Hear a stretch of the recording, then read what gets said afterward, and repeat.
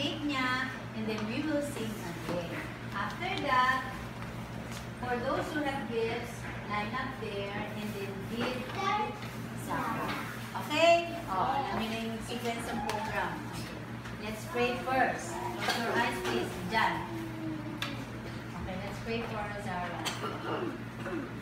Quiet, please.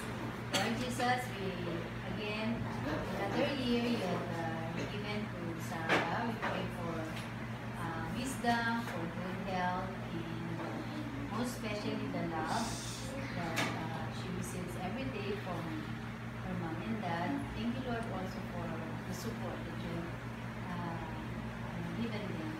We also pray that you will bless this year for Sarah. Sana, Lord, maganda ang darating na araw para sa kanya.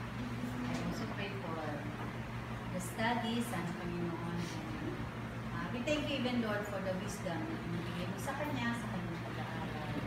And even for the food that we are about to partake, we bless this, nourish us physically, and bless this day. In Jesus' name.